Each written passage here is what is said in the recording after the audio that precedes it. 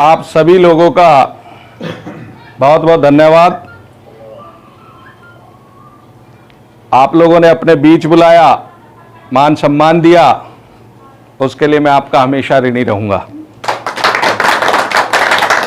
साथियों, राष्ट्रीय जनशक्ति पार्टी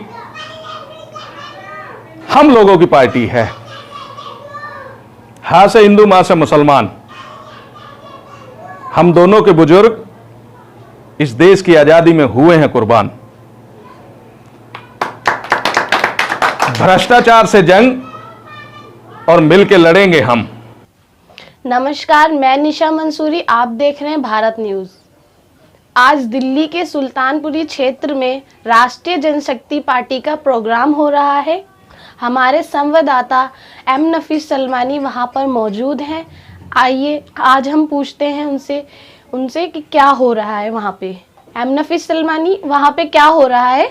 सब आपको बताना चाहूँगा कि इस समय मैं मौजूद हूँ सुल्तानपुरी में, और सुल्तानपुरी में आप देख सकते हैं कि सोशल डिस्टेंसिंग का ध्यान रखते हुए यहाँ एक जनशक्ति पार्टी यानी कि राष्ट्रीय जनशक्ति पार्टी का एक छोटा सा प्रोग्राम हुआ है, और यहाँ पर जो जिला अध्यक्ष हैं उनकी नियुक्ति की गई है। यहाँ जनशक्ति पार्टी यानी कि राष्ट्रीय जनशक्ति पार्टी के जो राष्ट्रीय अध्यक्ष हैं वो भी यहाँ पर मौजूद हैं। मैं इन सबसे थोड़ी बात करना चाहूँगा, क्योंकि भाई लॉकडाउन यानी कि तालाबंदी हुई है पूरे भारत में, और जो राजनीतिक पार्टियां हैं वो अब सेवा के रूप में सब बाहर निकल के आ रही हैं। कुछ हमारे सवाल भी इनसे होंगे जो ज़रूरी है आम जनता के लिए, क्षेत्रवासियों के लिए। तो मैं ज़रा बात करना चाहता हूँ, थोड़ा सा आइए मेरे साथ। और मैं देख रहा हूँ जैसे कि सबके सब सोशल डिस्टेंसिंग का ध्यान रखते हुए सबके फेस पे मास्क है। और तो जैसा कि मैं बात कर रहा था आपसे कि भाई यहाँ पर सोशल डिस्टेंसिंग का ध्यान रखते हुए ये एक प्रोग्राम संपन्न हुआ है। अध्यक्ष जी, मैं थोड़ा सा ये जानना चाहता हूँ कि लॉकडाउन हुआ है, क्या पहला प्रोग्राम है आपका? इस लॉकडाउन के होने में ही लॉकडाउन चल भी रहा है और ख़त्म भी हो चुका है एक तरह से। देखिए, जैसा कि देश में कोरोना की महामारी फैली हुई है और हमारा एक राजनीतिक दल है, तो उसी सोशल डिस्टेंसिंग का ध्यान रखते हुए हम लोगों ने अपने लोगों से मिलना जुलना रखा है। ऐसा कोई हम लोग मतलब कानून का उल्लंघन नहीं कर रहे हैं।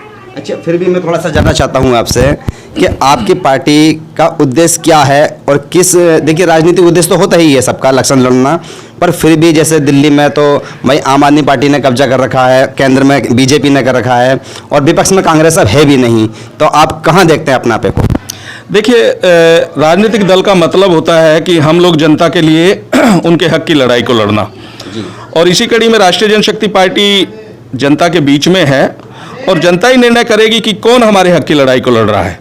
क्योंकि राष्ट्रीय जनशक्ति पार्टी जमीन से जुड़े हुए लोगों की पार्टी है, और वो जमीन पे काम करके ही लोगों के बीच में आई है, और इसी कड़ी में हम लोग देखेंगे कि भाई जनता हमें कितना प्यार देती है। वैसे संजय जी, फिर भी आप अब जो चुनाव की तैयारी करेंगे वो किस तरह से करेंगे आप?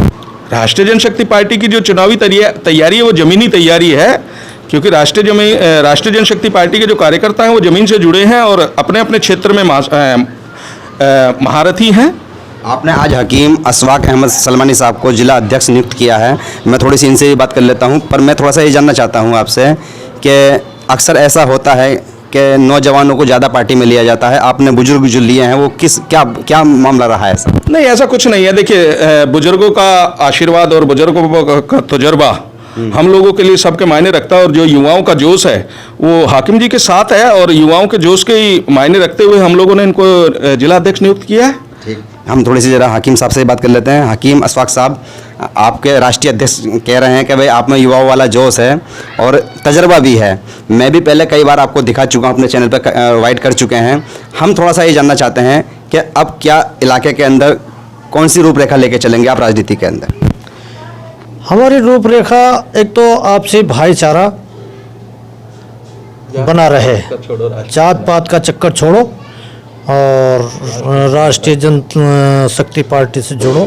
सेकुलर, हमारी पार्टी सेकुलर है और करीब हर कम्युनिटी का आदमी मुझसे जुड़ा हुआ है, यंग भी, बुजुर्ग भी, बच्चे भी, हर लोग मुझे जानते हैं, ऐसी कोई बात नहीं है। हकीम साहब, इतने नफरत के माहौल में आप कैसे सेकुलर की बात कर रहे हैं? आज तो हिंदू की पार्टी अलग होती है, मुसलमान की अलग होती है, और ये तो सक्सेसफुल हो चुका है फार्मूला।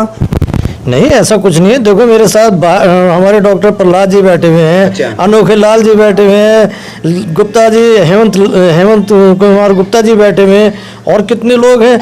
ये तो लॉकडाउन की बात है। अगर रोड पे निकल जाऊंगा तो मुस्लिमों से ज़्यादा हिंदू भाई मेरे साथ होंगे।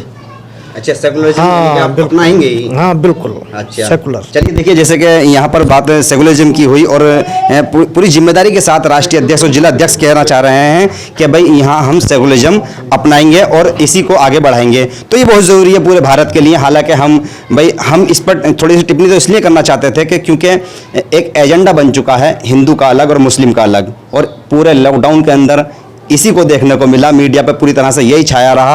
मैं थोड़ी सी और बात करना चाहूँगा अध्यक्ष जी से। क्या कहना चाह रहे थे सर आप? सेकुलरिज्म को मेरे से पूछ लो क्वेश्चन। हाँ जी, हाँ जी, मेरा क्वेश्चन वही है कि सेकुलरिज्म देखिए, एक जो मुद्दा पूरा गरमाया हुआ है पूरे भारत में। नाम क्या है आपका? मेरा नाम नफीस कही है आप। नफीस भाई, देश में सेकुलरिज्म का मतलब लोगों ने गलत मायने में प्रचार किया है। सेकुलरिज्म का मतलब होता है इस देश की जनता में, लोकतंत्र में सबके साथ मिल भाव के जो मिलजुल के रहते हैं उसी को सेकुलरिज्म कहते हैं। जी जी। लेकिन आज देश की राजनीति में इस सेकुलरिज्म शब्द को इस तरह से मरोड़ा है कि सेकुलरिज्म का मतलब हिंदू मुसलमान करके छोड़ा है। तो हम लोग कुछ छुपा के नहीं चले हैं, हम लोग अपनी पार्टी के साथ लगा के चले हैं और सारी जनता को दिखाना चाहते हैं कि हम लोग सेकुलरिज्म हैं। हम लोग इस देश की जनता के बीच में, इस देश के लोकतंत्र में हम लोग सेकुलरिज्म पैदा करना चाहते हैं। जो हिंदुस्तान में जन्मा है वो हिंदुस्तानी है, और हिंदुस्तान में ही जो जन्म लेगा वो हिंदुस्तान के लिए काम करता है, चाहे वो हिंदू हो या मुसलमान, सिख हो या ईसाई।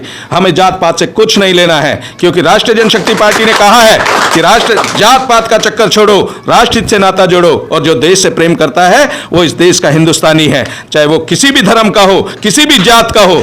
हम लोग हिंदुस्तान से प्रेम करते हैं, ना कि हम सेकुलरिज्म से प्रेम करते हैं। जो हिंदुस्तान में जन्म गया वो हिंदुस्तानी कहलाएगा। देखिए, हम भी इंतजार करेंगे इस शब्द को पूरी तरह पूरे भारत में ये फेमस हो जाए शब्द, क्योंकि बहुत ज़्यादा लोग पक चुके हैं इस हिंदू मुस्लिम की सेकुलरिज्म जैसे ख़त्म हुआ है, गंगा जमुना तहजीब शब्द बिल्कुल ख़त्म हो चुका है भारत में, और एक ऐसा शब्द उभर कर आया कि हिंदू अलग और मुस्लिम अलग। यहाँ तो हर चीज़ बढ़ गई, खाना पीना रहना सहना, यहाँ तक के लॉकडाउन के अंदर बीमारी भी बढ़ गई थी कि अब ये मुसलमानों की देन है। तो कुल मिलाकर ये सब राजनीति के साथ साथ चलता रहता है। बहरहाल मैं यही दिखाना चाह रहा था कि हाँ, सेकुलरिज्म जिंदा है और ये राष्ट्रीय जनशक्ति पार्टी इसको अपना एजेंडा बनाकर आगे चलेगी। मैं एम नफीस सलमानी और आप देख रहे थे भारत न्यूज़।